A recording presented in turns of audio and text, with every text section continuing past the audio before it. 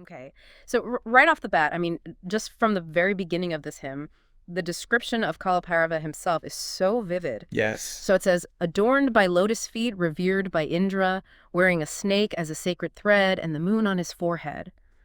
What an image, right? Yeah, it's Well, incredible. And, each detail is so carefully chosen to convey a very specific meaning. right, And I think it's like you were saying, like right away, that image, right. it really sets the stage for this powerful, awe-inspiring deity. Absolutely. And I'm curious, like when we break down those details, so you got the lotus feet revered by Indra, right? Indra, king of the gods. What does that tell us about Kalabhairava right away? Right off the bat, his power, Yeah. it transcends even the heavenly realm. We're talking like, Next level. seriously, next level. He's on another level. Totally. And then, okay, wearing a snake is a sacred thread. Snakes in Hinduism, I know they often represent this primal energy, this life force. So what's going on there? It's like he's showing us that he's got mastery over this fundamental energy, right? Yeah. He can harness it, he can direct it. Yeah. And it makes me think, like a yogi who could control their life force through breath work, Totally. through Yeah. meditation. It's like that level of control. Yeah. It's not just about being, looking fierce and powerful. It's like he actually possesses that power, right? And then, okay, the moon on his forehead. Now, I know the moon is a super common motif in Hindu iconography, but in this specific context, what's the significance? I think the moon here really emphasizes the cyclical nature of existence. Okay. It waxes, it wanes, it's constantly changing, Yeah. but it always returns to its fullness. So it's like Kalabhairava, he embodies these cycles. He reminds us that nothing is permanent. Everything is in this constant state of flux. Wow. So even though he's this powerful deity, right? Yes. He's also subject to time, he's subject to change. It's so interesting how all these symbols work on these multiple levels. Absolutely. Layers of meaning. Then, okay, it goes on. Resplendent, like millions of suns, with the blue neck. Okay, I gotta ask, what's with the blue neck? So the blue neck is super interesting. Yeah. Because it immediately makes me think of Neelkanth, right? Another form of Shiva who drank poison to save the world. Oh, right. Yeah. And his throat turned blue from that act. So when we see Kalabhairava with a blue neck, it's like this little reminder of that story. Mm. And it links him to this idea of protection, of overcoming these intense challenges for the well-being of, well, everybody, the whole world. So he's willing to, put himself on the line to protect others. Yes, exactly. Wow. Okay, so we've got this powerful deity adorned with all these symbols of time, of sacrifice, of power. Yeah. And then it goes on to describe his weapons: trident, club, noose, and spade. I'm not going to lie, this part always makes me a little nervous, Yeah. Like, what are we supposed to take away from these weapons? I think it's easy to get caught up in the fierceness, right? Yeah. But if we look at them as tools for spiritual transformation, that opens up a whole new perspective. So like, take the trident, for example. Okay. You can see it as a symbol for cutting through ignorance, Okay. cutting through illusion. It's like it helps us see the world clearly, free from those distortions of our minds. So it's like clearing away the mental clutter Exactly. to see things for what they really are. Yes, I like that a lot. Okay, and what about the club?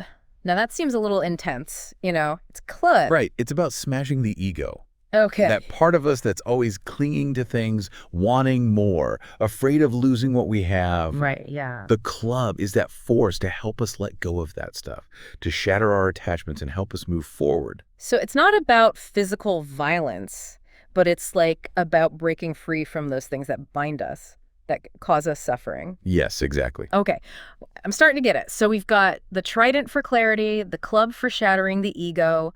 What about the noose and the spade? The noose is all about control over the senses. Okay.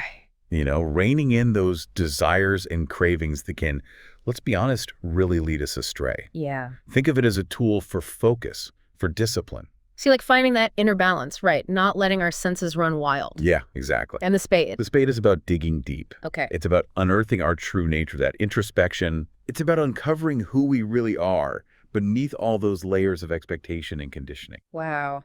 It's like each weapon represents a different part of that spiritual journey. Absolutely. But then it goes on, ash-smeared body. Now that seems like such a stark contrast to all this powerful imagery that we've been talking about. What's the deal with the ash? Well, the ash is a powerful symbol of impermanence, right? Okay. Like everything in the material world, eventually it turns to ash. Right, right. So by covering himself in ash, Kalabhairava is showing us this truth. He's saying, let go of the material world, focus on what really matters, and the spiritual essence. So letting go of attachment to all those things that we think define us, but ultimately, fade away. Yes, exactly. True freedom comes from recognizing that impermanence. It's powerful stuff. Wow. I'm starting to see how, contemplating these symbols can really shift our perspective. It's pretty profound. Yeah, but wait, there's more. The hymn describes Kalabhairava as both the bestower of desires and desalvation. How can one deity embody both of those qualities? Right? That's what I love. Yeah. He's giving us what we want, but also showing us the way beyond wanting. Totally, yeah. And I think it speaks to Kalabhairava's compassion. He gets us. He understands that, we as humans, we get attached to our desires, even when they lead us to suffering. Right. So he can grant those desires, but he also wants to guide us towards something greater.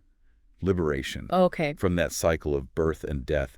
True fulfillment. He's not just a genie in a bottle. No. He's a teacher. Exactly. He's a wise teacher. Right. Guiding us along. Meeting us where we are. Yeah. This is incredible. I feel like we're just scratching the surface here. We've only just begun. And there's so much more to explore. Oh. This is going to be a really cool, deep dive, I can already tell. It really is amazing how much the Kalabhairava Ashtakam touches on all these different aspects of Hindu philosophy. We've got time and destruction and liberation and then the importance of sacred places. And it's all woven together through this description of Kalabhairava. It's like peeling back the layers of an onion. It is. Each verse reveals a new layer of meaning. Totally. And speaking of revelations, there's this one line that really struck me. It says, "His merciful glance is enough to destroy all sins." That's powerful imagery. That's powerful stuff. And it speaks to this idea that Kalabhairava's power isn't just brute force or destruction. It's also about this purification, removing those obstacles on the path to liberation. Right. His glance is like this divine grace that can just dissolve our karmic burdens. Remember what karma is, right? Oh, yeah. Karma, that cosmic law of cause and effect. Our actions create these ripples that kind of shape our future experiences. Exactly. It's like the universe's bookkeeping system. I like that. Yeah. So is his merciful glance kind of like a cosmic reset button? Ooh, that's a good question. Well, in a way, yes. It suggests that, Kalabhairava can clear away that negative karma that's holding us back and preventing us from moving forward on our journey. Imagine being freed from the weight of, past mistakes. It's like a clean slate. That's pretty amazing. And then, okay, there's another line that always kind of, I don't know, creeps me out a little bit. It talks about Kalabhairava as the leader of the ghosts and spirits. A little spooky. Yeah, it could definitely sound a little spooky. But, I think it's important to remember that in Hinduism, even those beings that might seem frightening, they still have a place in that cosmic order. Right. So for Kalabhairava to be the leader of these beings, it actually signifies his mastery over all these different realms of existence, even those beyond our perception. So not just a powerful deity, but the ultimate cosmic overseer. Absolutely. And that brings us back to reciting the Kalabhairava Ashtakam, right? Yeah. It's about connecting with this energy. Right. It's not just memorizing the words. Absolutely. And the hymn actually talks about the benefits, especially for those who are in Kashi or Varanasi. Yes. So it's like being in this sacred city, this place that's so connected to Kalabhairava, enhances the power of this hymn. It's like Kashi is like a spiritual amplifier, Totally. Okay, so what if someone starts reciting the Kalabhairava Ashtakam every day? What kind of changes might they experience? Well, that's a great question. And I think it's different for everybody, right? Right. It might be subtle at first. Okay. Just like a greater sense of clarity, maybe less fear, a deeper connection to something beyond, just everyday worries. So it's not like instant gratification, but more like a gradual transformation. Yeah. It's a practice. It's not a magic spell. Right. The power of the hymn is really about focusing our intention and connecting to Kalabhairava's energy. But that real transformation, that comes from within. Exactly. It's like a partnership, right? Yeah. Between the devotee and Kalabhairava. I like that. So it's not just about reciting, it's about understanding, about embodying those principles in our lives. Yes, absolutely. It's about integrating that wisdom into our very being. Wow. Okay, so we've talked a lot about the spiritual benefits, but is there anything practical that we can gain from reciting this hymn, in a worldly sense? That's a really interesting question. And, while the main focus is spiritual liberation, I think a lot of devotees also find that reciting the Kalabhairava Ashtakam brings them a sense of protection, a sense of strength Okay. in their everyday lives. Yeah. Kalabhairava, he's a fierce protector. So when we invoke his energy, we're tapping into that protection. So it's not just about transcending the world, it's about navigating it with courage and with resilience. Yeah, exactly. And in a world that can often feel chaotic and overwhelming, who wouldn't want a little more courage, a little more resilience? Definitely. And the hymn also really emphasizes dharma, Yes. righteousness. So how does Kalabhairava help us live a more dharmic life? Well, remember how he's described as the destroyer of unrighteous paths? Right, yeah. That suggests that he could help us see through those choices and actions that kind of lead us away from our true nature, from that highest potential. Okay. It's like he's shining a light on the paths that lead to suffering and helping us to choose the path of Dharma. It's like he's our cosmic guide, helping us choose the right path. Yeah, I like that. So not just protecting, but guiding us toward a life of purpose and fulfillment. Exactly. And by aligning ourselves with Dharma, with righteousness, we naturally start to move towards a life of greater peace, of meaning, and ultimately towards liberation, towards moksha. You mentioned moksha. I think it might be good to define that for our listeners who might not be familiar with that term. Yeah, great idea. So moksha is the ultimate goal in Hinduism. It's about liberation from the cycle of birth and death. Right. Imagine the freedom and peace that comes from breaking free from that cycle. It's like reaching the shore after this long, arduous journey across the ocean. That's a really beautiful analogy. Thank you. And it seems like connecting with Kalabhairava through reciting the Ashtakam can really help with that journey. It's a powerful tool. It's about, again, not just reciting the words, but understanding their meaning and actually embodying those principles. Integrating them into our being. That makes a lot of sense.